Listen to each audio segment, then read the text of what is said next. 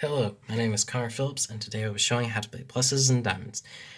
The materials needed for this are paper and pencils or colored pencils. The game is played similarly to tic-tac-toe, which the rules are as follows. 2 players will take turns creating their chosen shapes. To win, you must create 3 shapes in a row vertically, horizontally, or diagonally. However, to achieve this is where things slightly differ from normal tic-tac-toe. In pluses and diamonds, you connect dots each turn to slowly create your shape, and instead of X's and O's, you create pluses and diamonds. Both players can create and even complete their shapes on the same space, allowing for players to have more options and ways to strategically create their shapes. There are 2 different rule sets for pluses and diamonds. The first rule says as follows. After both players have created their shapes on the same space, a player can choose once per game to use one of their turns to add an X to the checkbox on that space. This will cause that space to no longer be owned by either player and cannot be used for the rest of the game. This is a lifeline for the players since it's the only way to stop the other player from winning the game if they are close to matching 3 shapes. This is the rule set that we use for this video. However, this rule set is not always the best since the games can often go by too fast or feel one-sided. The second rule set is very similar but adds a lot more than one would expect. Instead of only being able to mark a checkbox once per game, each player can instead mark 2 per game. This gives the game more strategy to set up your opponent to potentially mark boxes in your favor whilst retaining yours as a last resort. This rule set does have one big downside though. It has the potential to end in a draw depending on where these marked spaces are, can cause both players to have no options in the end. Both rule sets have their ups and downs, but what matters is that they are both fun.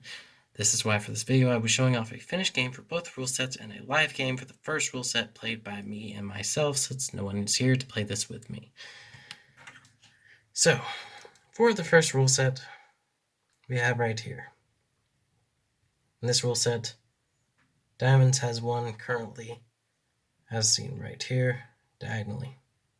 However though, pluses would have won this way, if not for this X right here, which causes it so the the pluses were not able to win this way. So diamonds has 1. Over here in the second rule set, no one is able to win it due to the fact of the placement of the X's in all the different spots. So, I will now begin a live demonstration of the game done by me and myself.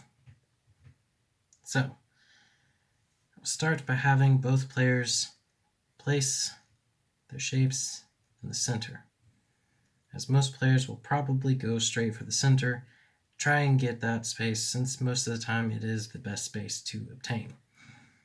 After that, I will have pluses go over here and diamonds go over here. Normally, players might even want to actually go for more than one space at the same time. However, though, for this video, I'm going to have both players go for the same spot at the same time. Next, we're going to have diamonds start to get their space right here. And pluses will start getting their space right here. Actually, it'll go over there. There you go.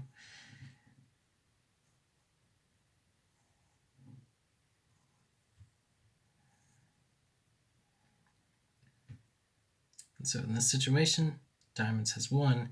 However, though, if pluses had decided to before they had done their turn over here,